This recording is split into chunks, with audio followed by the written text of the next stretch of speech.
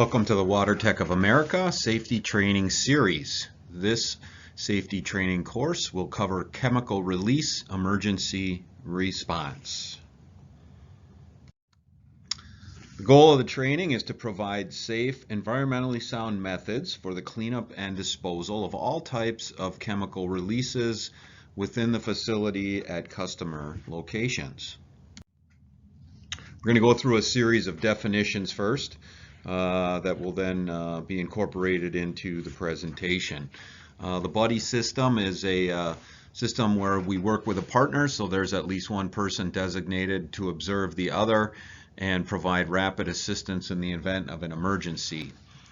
A catastrophic release is defined as any release which impacts human health or the environment off WaterTech property.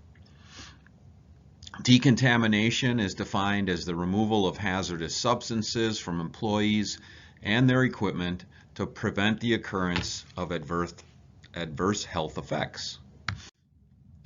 Emergency response. It is a response effort by employees from outside the immediate release area to an occurrence which results or is likely to result in an uncontrolled release of a hazardous substance. Emergency response releases. They are defined as all spills other than incidental chemical releases. Emergency response releases may be further divided into major releases and catastrophic releases. A hazardous substance is any substance which may cause adverse health or safety effects as a result of exposure, including any substance defined under Section 101.14 of CERCLA, any biological agent or other disease-causing agent, any substance listed by the U.S. Department of Transportation as hazardous materials under 49 CFR 172.101, any hazardous waste, meaning a waste or combination of waste as defined in 40 CFR 261.3 and 49 CFR Part 171.8, as well as any substance defined under SARA as extremely hazardous and 40 CFR Part 355, Appendix A and B. Immediate dangerous to life and health, IDLH. It's an atmospheric concentration of any toxic, corrosive or asphyxiate substance which poses an immediate threat to life or would interfere with an individual's ability to escape from a dangerous atmosphere. Incidental release is a response effort by employees in the immediate area to contain and clean up a released material with no potential safety or health hazard. Again, an incidental response is a response by efforts in employees in the immediate area to contain and clean up a released material with no potential safety or health hazard. An incidental chemical release is defined as a release that are not part of a process and are confined within the plant operating area, whose safety and health hazards are fully known by personnel in the area. Oxygen deficiency is defined as an atmosphere with less than 19.5% oxygen by volume. Permissible exposure limit. The PEL is the maximum exposure an employee may receive of a regulated chemical during an 8-hour day, a 40-hour work week, without experiencing any ill effects. This is normally expressed in units of parts per million for gases and vapors, or milligrams per cubic centimeter of air for solids and dusts. Promulgated and published by OSHA in 29 CFR 1910 subparts G and Z. Unless the PEL is published with a ceiling value, it is an 8-hour time-weighted average exposure measured in the worker's breathing zone. If the PEL is expressed as a ceiling value, then it is an absolute limit which must not be exceeded. The PEL may also have a skin indicator, which means that the material will penetrate unbroken skin. regardless of the airborne concentration. Skin contact is to be avoided.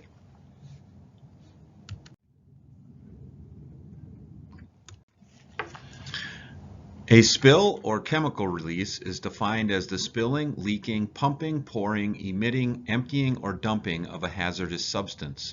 As a general rule of thumb, if a substance has come out of the container in which it was stored and it is not part of the process, a spill has occurred. There are 3 zones.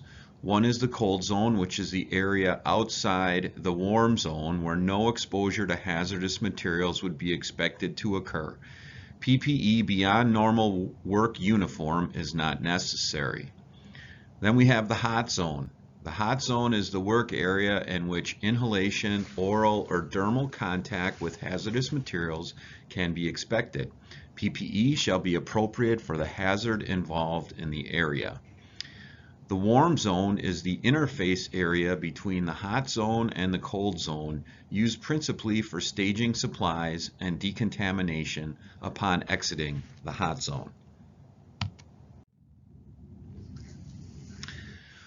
There's forms available on our team site under safety. If we do have a chemical release, there is a chemical release worksheet that must be filled out, as well as a customer accident, injury, spill, and emergency contact call report. Again, if you do have a spill that needs to be cleaned up, you will want to fill out a chemical release form and an emergency contact call report.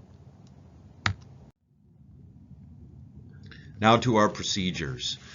There is a flow diagram that's included in the handout, and it pretty much outlines everything that's on the diagram that's shown on the screen. We're going to go through this in detail in the next slides. So the first thing we're going to do if there's a spill is we will identify the spilled substance and evaluate the hazards. We approach the area cautiously and resist the urge to rush onto the scene. When attempting to identify a spilled substance, remember, do not walk into or touch any of the spilled material.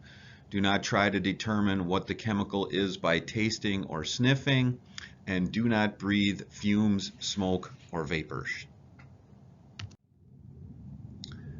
To identify the spilled substance, we want to use all the information available to determine what it is, determine the health, physical, and environmental hazards, and what is presented by the spill.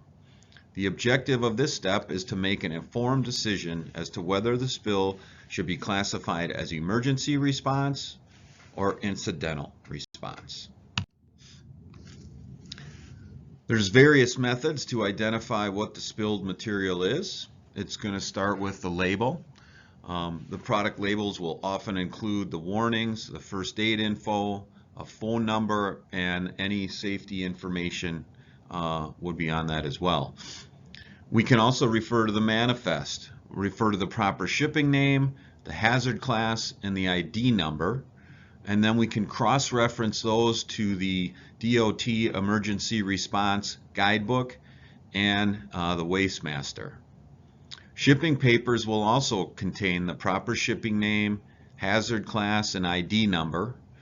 HM will be checked if the material is a hazardous substance in the HM column. We want to look for placards. Hazard class and the ID number can be cross-referenced to the Emergency Response Guidebook. Again, that's a DOT Emergency Response Guidebook. We can find knowledgeable people in the area. Somebody typically in the area may or may not be able to identify what the container is and what's inside of it. And we can also do tests. We can do field measurements like pH to begin to determine what it might be. Some of the reference materials for identifying the material properties are always your safety data sheet.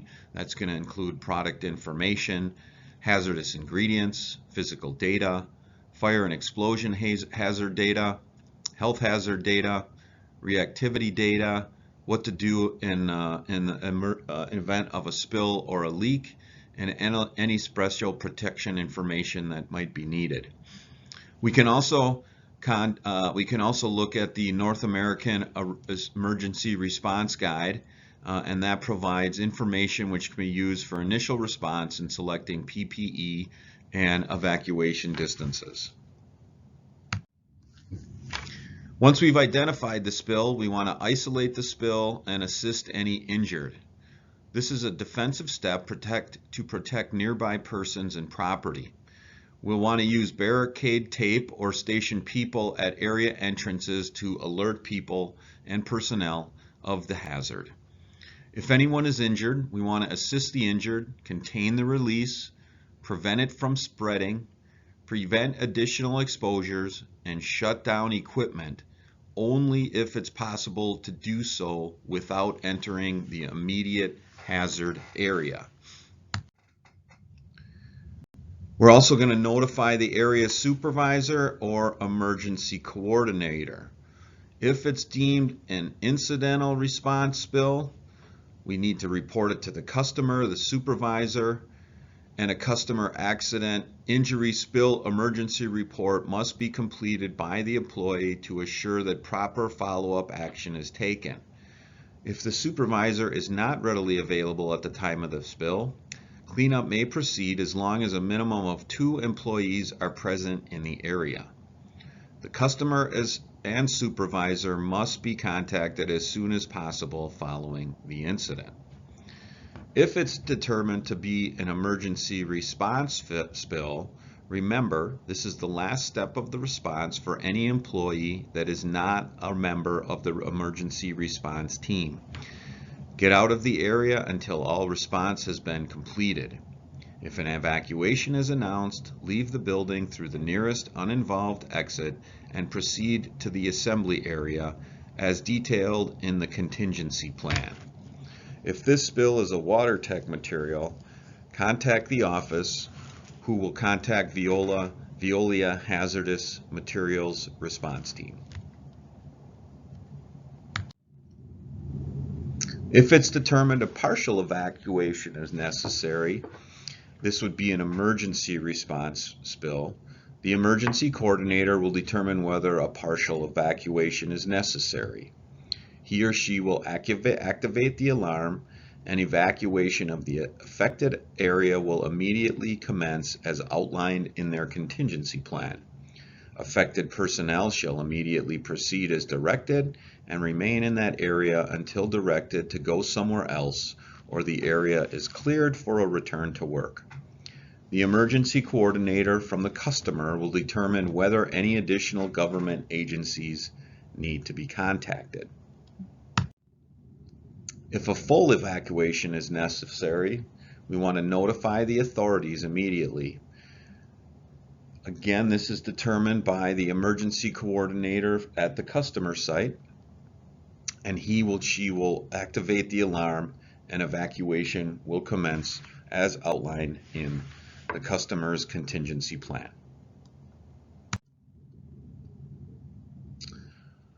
Once we've identified the spill, determined whether it's incidental or emergency response, and have done an evacuation as necessary, we now need to look at putting on the proper personal protective equipment, shutting down any operating equipment, and trying to stop the source of the release.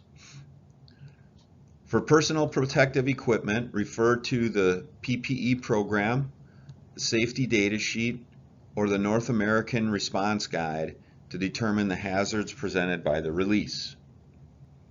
We'll complete the customer accident injury call record in accordance with the contingency plan, and the PPE will obviously depend on the severity of the release.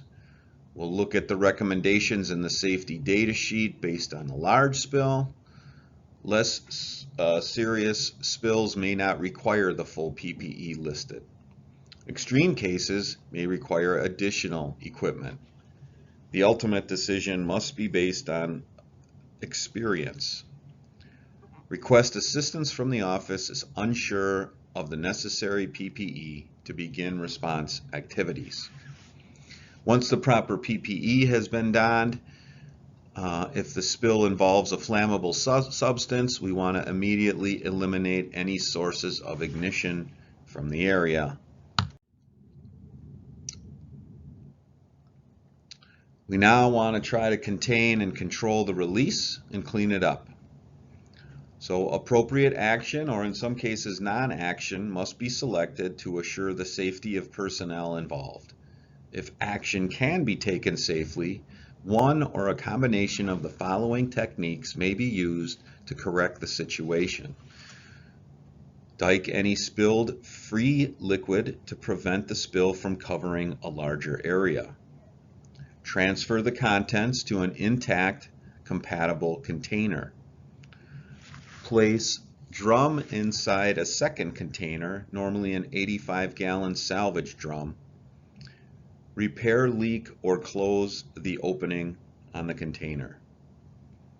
Every effort should be made to prevent spilled material from entering any surface water or sewer drainage system. Absorbent pads and socks are available to block off manhole covers or direct flow away from soil. We want to stop the source of release. We'll approach the point of release in order to plug it, patch it, or otherwise stop the source of the release. And then we'll follow the general cleanup procedures for incidental spills using the additional information found in the material safety data sheet, product information sheets, and the DOT emergency response guidebook. We're going to look to decontaminate any equipment. If any equipment has come in contact with the spilled chemical, all of it must be decontaminated. This will normally be accomplished with a water wash for corrosive.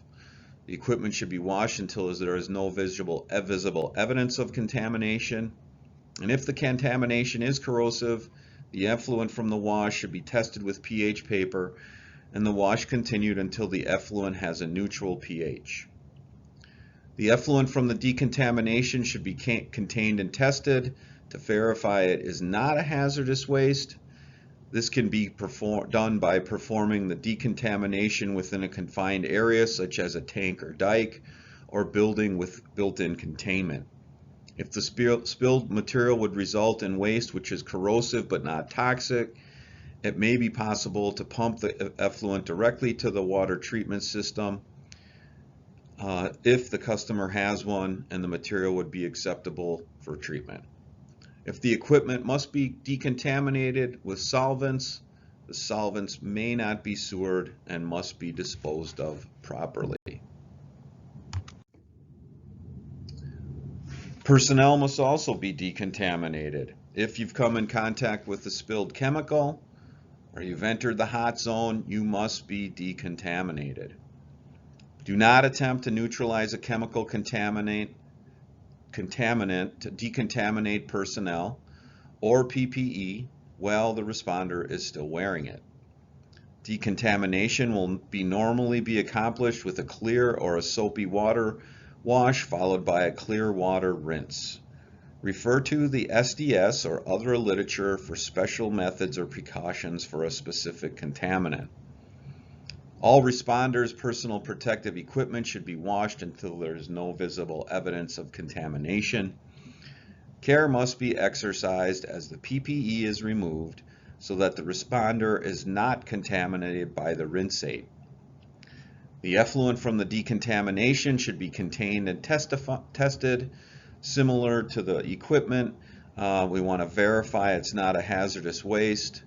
Try to perform the contamination in a contained area, and then if it's not deemed to be toxic, you can transfer it to a waste treatment facility. To manage the waste, all personnel in contact with the spilled chemical or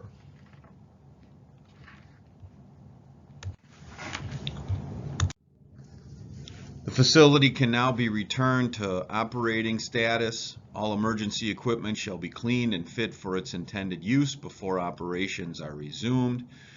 Emergency response spills which involve hazardous waste or affect hazardous waste operations, the customer will be in charge in of returning the facility to normal operating status. For follow-up reporting and dissemination of information, we're going to refer to the customer accident, injury, spill, emergency call record. This must be filled out after the end of every spill cleanup. So now we'll cover general response guidelines. We're going to go through non-hazardous dry and liquid chemicals, corrosive liquid chemicals, flammable liquid chemicals, and liquid and dry oxidizers. These will be general guidelines as to how to clean up the various categories of products that we might come in contact with. First, we'll deal with non-hazardous dry chemicals. We'll use the appropriate PPE for the material being handled. Use a wet dry vac or broom and shovel to clean up the material. We'll clean up only one material chemical type at a time. We won't mix the chemicals in a vacuum cleaner. We'll refer to the safety data sheet or product literature to determine if the chemical can be disposed of in the water treatment system. We'll check with the environmental coordinator at the customer.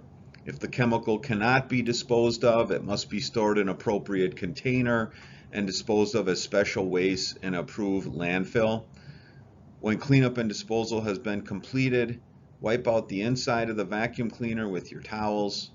Follow the manual instructions to clean up the wet dry vac cleaner and wipe the inside of the wet dry vac cleaner with dry paper towels before putting away.